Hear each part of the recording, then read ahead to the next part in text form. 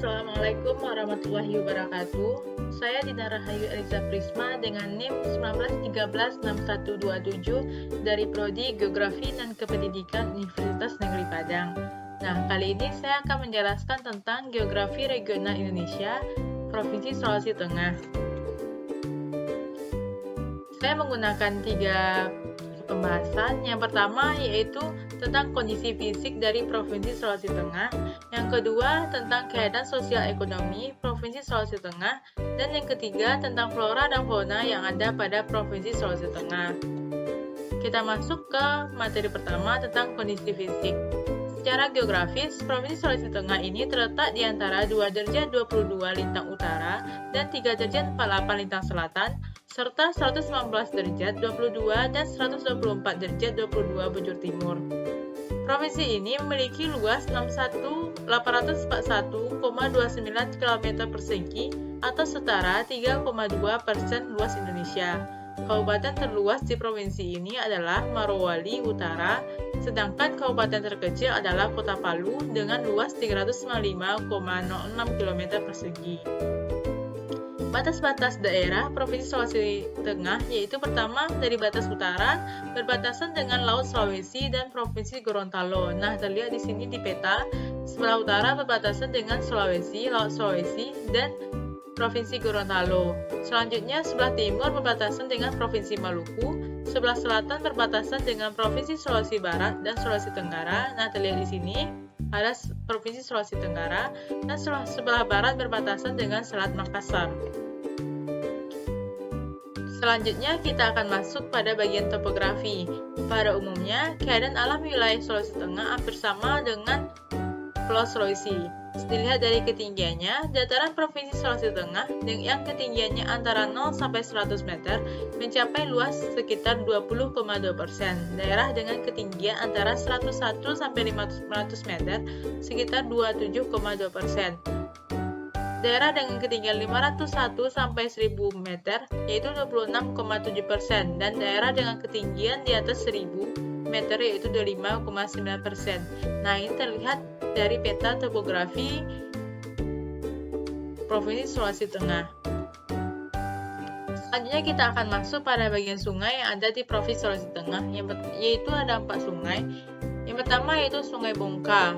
Sungai Bongka yaitu salah satu destinasi pariwisata yang terletak di Kabupaten Tojo Una-Una, Sulawesi Tengah. Sungai ini mengalir di wilayah tengah Pulau Sulawesi yang beriklim hutan hujan tropis. Nah, terlihat di sini contoh dari gambar dari Sungai Bongka. Selanjutnya ada Sungai Lariang. Sungai Lariang merupakan sebuah sungai yang mengalir sepanjang 245 km. Sungai ini merupakan sungai terpanjang di Pulau Sulawesi.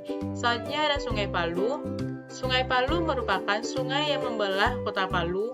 Sungai Palu terbentuk oleh pertemuan Sungai Mui dan Sungai Gumbasa dan bermuara di Teluk Palu. Nah, ini contoh dari Sungai Palu, contoh gambar dari Sungai Palu. Dan terakhir itu Sungai Poso. Sungai Poso merupakan sungai di Sulawesi Tengah yang memiliki panjang 100 km dan mengalir dari Danau Poso sekitar 2 km sebelah barat dari kota Tantena, mengalir menuju kota Poso dan bermuara di Teluk Tomini. Selanjutnya kita akan masuk pada danau yang ada di Provinsi Sulawesi Tengah, yaitu terdapat 3 danau. Yang pertama ada Danau Lindu. Danau ini terdapat di Kecamatan Kulawi, Kabupaten Sigi, Sulawesi Tengah. Yang kedua ada Danau Poso yang terletak di Kabupaten Poso, Sulawesi Tengah, dan yang ketiga ada Danau Dampelas, terletak di pantai barat Kabupaten Donggala, Sulawesi Tengah. Selanjutnya kita masuk kepada gunung api yang ada di Sulawesi Tengah, yaitu terdapat satu jenis gunung api yang ada di Sulawesi Tengah, yaitu ada Gunung Colo. Adalah gunung-gunung berapi kerucut yang terletak di Pulau Una-Una, Provinsi Sulawesi Tengah, Indonesia. Gunung ini terakhir meletus dahsyat pada tahun 1983 yang menghancurkan 2/3 bagian pulau. Gunung Colo diperkirakan terbentuk akibat rifting by subduction rollback. Rifting ini terjadi pada daerah Tomini yang merupakan implikasi dari subduction rollback. Sedangkan subduction rollback sendiri merupakan peregangan kerak akibat perubahan sudut dari lempeng yang menunjam. subduksi ini terjadi di Laut Sulawesi. Strek subduksi tersebut sejajar dengan garis pantai lengan utara Sulawesi. Selanjutnya, iklim Sulawesi Tengah. Iklim Sulawesi Tengah itu iklim tropis, karena garis khatulistiwa melintasi semenanjung bagian utara di Sulawesi Tengah. Musim hujan di Sulawesi Tengah adalah bulan April dan September, sedangkan musim kemarau antara Oktober hingga Maret. Rata-rata curah hujan berkisar antara 800 sampai 3000 mm per tahun, yang termasuk curah hujan terendah di Indonesia.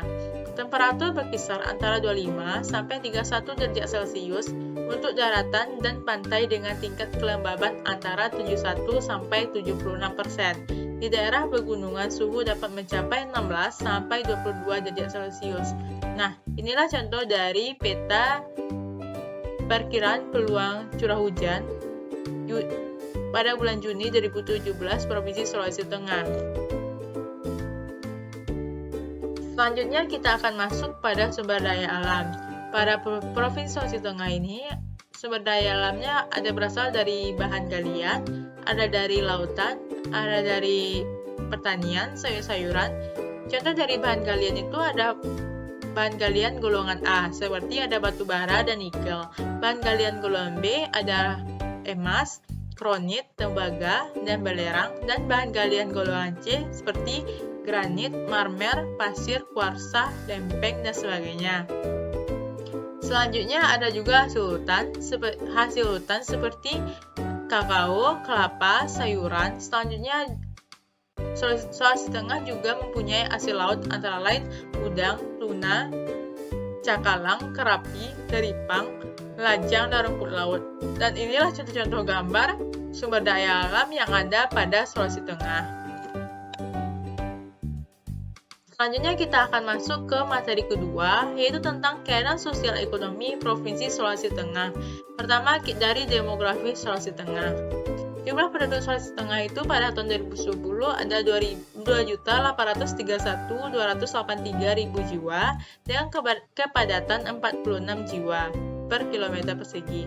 Kabupaten dengan jumlah penduduk terbanyak di Provinsi Sulawesi Tengah adalah Kabupaten Parigi Motong dengan jumlah penduduk 449,157 jiwa.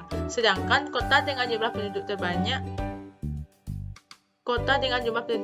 adalah Kota Palu sebanyak 362,202 jiwa. Hingga September 2020, BPS mencatat di Sulawesi Tengah terdapat penduduk sebanyak 2.985.734 jiwa. Dari jumlah penduduk tersebut, sebanyak 51,40% merupakan penduduk laki-laki dan 48,60% merupakan penduduk perempuan. Dan masyarakat pada Provinsi Sulawesi Tengah ini, sumber utama mata pencahariannya yaitu pertanian dengan padi sebagai tanaman utama.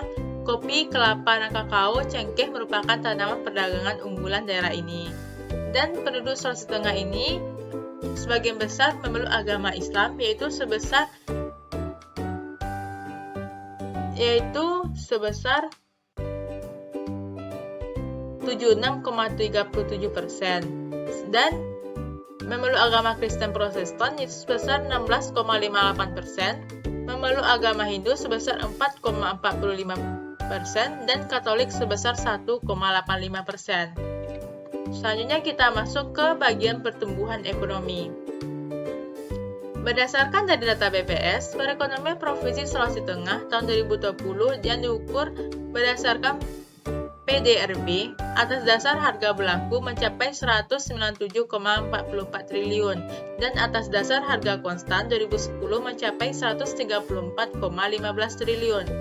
Dari sisi produksi, pertumbuhan tertinggi dicapai oleh lapangan usaha industri pengolahan sebesar 23,68%. Dari sisi pengeluaran, pertumbuhan tertinggi dicapai oleh komponen ekspor sebesar 27,78%.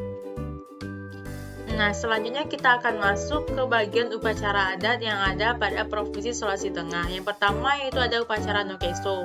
Upacara Nokeso ini yaitu pelaksanaan dilakukan tepat sebelum seorang perempuan mengalami menarke atau disebut juga dengan haid pertama dengan cara menggosok gigi bagian depan hingga rata. Nah, inilah contoh dari upacara Nokeso ini. Selanjutnya yaitu upacara Balia Jinja, yaitu sebuah upacara ritual pengobatan yang bersifat non-medis dan telah dikenal sejak ratusan tahun lalu oleh masyarakat suku Kaili.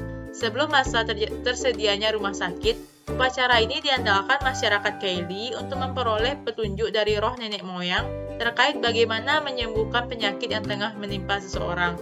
Nah, inilah contoh dari upacara Balia Jinja. Selanjutnya ada upacara Rakeho. Upacara ini merupakan penyambutan peralihan masa remaja ke masa dewasa bagi kaum laki-laki. Upacara selanjutnya ada upacara Nampudu Pala Puse, yaitu upacara pemotongan tali pusat dari tafuni atau tembuni pada seorang bayi yang baru lahir. Upacara ini biasa dilakukan oleh masyarakat Palu yang dibantu oleh dukun beranak. Nah, ini contoh dari upacara Nampudu Pala Puse. Selanjutnya ada upacara Malabotumbe, yaitu upacara syukuran atas panen telur burung maleo oleh masyarakat Banggai, Sulawesi Tengah. Di sini, burung maleo merupakan jenis fauna yang ada pada Sulawesi Tengah. Selanjutnya, yaitu jenis senjata tradisional yang ada pada Sulawesi Tengah itu ada dua. Yang pertama ada parang atau pasatimbo, yang kedua ada parang panjang atau guma. Dan inilah contoh dari parang atau pasatimbo, dan ini contoh dari parang panjang atau guma. Selanjutnya tentang tarian tradisional yang ada di Sulawesi Tengah. Yang pertama ada tari dero. Tari dero ini dibawakan oleh satu orang, namun terkadang juga ada dibawakan oleh secara berkelompok, dan para penari berpegangan tangan. Dan ini contoh dari gambar tari dero. Seperti diketahui bahwa para penari saling berpegangan tangan. Selanjutnya ada tari dopala. Tari ini mengilustrasikan bagaimana 7 orang wanita sedang melakukan pekerjaan mendulang. Ketujuh wanita menari akan memerankan 1 tokoh palima dan 6 dayang-dayang.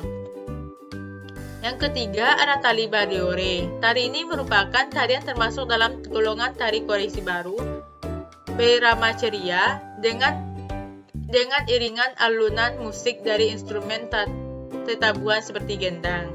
Selanjutnya tari Maramonte. Tari ini dilakukan oleh berkelompok, biasanya 10 orang, yang dilengkapi properti bertani. Dan ini contoh dari tari Maramonte dilakukan secara berkelompok dan menggunakan properti petani. Selanjutnya ada tari Lumense yang berfungsi sebagai perkenalan yang dimainkan oleh 6 pria dan 6 wanita. Selanjutnya rumah adat. Sulawesi Tengah ini mempunyai rumah adat Tambi. Rumah adat ini tergolong rumah panggung yang bagian atapnya sekaligus berguna sebagai dinding. Rumah Tambi ini tidak berkamar dan berpenghuni biasanya tidur di ruang tengah dengan menggunakan tempat tidur dan kulit kayu. Rumah Tambi ini digunakan sebagai tempat tinggal dan rumah ini memiliki bangunan tambahan yaitu buhi dan atau gambiri. Bangunan tersebut berbentuk trapesium dan terdiri dari 2 lantai, di mana pada lantai bawah berfungsi sebagai tempat menerima, sementara pada lantai atas dipakai sebagai lumbung padi. Dan ini contoh gambar dari rumah adat Tambi pada Sulawesi Tengah. Selanjutnya kita masuk jenis-jenis wisata yang ada pada Sulawesi Tengah, yaitu pertama ada Donggala atau disebut juga sebagai kawasan pusat laut Donggala yang memiliki semu. Yang kedua ada Kepulauan Tegean yang merupakan taman nasional terdiri dari 2 ekosistem yaitu darat dan laut. Dan ini contoh dari Kepulauan Tegean. Selanjutnya ada Pantai Labuana, merupakan kawasan pantai yang memiliki dermaga kayu dan menjulur ke lepas pantai sepanjang 50 meter. Dan ini contoh dari gambar-gambar wisata yang ada pada Sulawesi Tengah. Selanjutnya kita akan masuk ke pembahasan yang ketiga, yaitu tentang flora dan fauna yang ada di Sulawesi Tengah. Yang pertama itu dari fauna. Seperti yang saya bilang sebelumnya, bahwa fauna yang ada di Sulawesi Tengah itu ada burung maleo atau disebut juga Macrocephalon maleo. Burung ini memiliki keunikan dalam hal berkembangbiakan.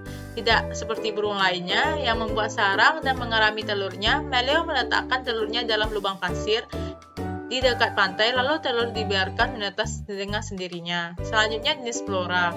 Jenis flora yang ada pada Sulawesi Tengah itu ada ebony atau disebut juga dengan kayu hitam atau Dicipros celebica Bak.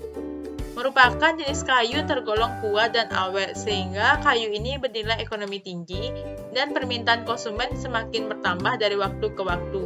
Ebony mempunyai kayu teras berwarna hitam atau coklat kehitaman dengan tingkat dekoratif yang tinggi, sehingga sangat cocok untuk digunakan sebagai mebel dan bahan dekoratif lainnya. Baiklah, hanya ini yang dapat saya jelaskan. Kalau ada salah, saya mohon maaf. Saya akhiri. Assalamualaikum warahmatullahi wabarakatuh.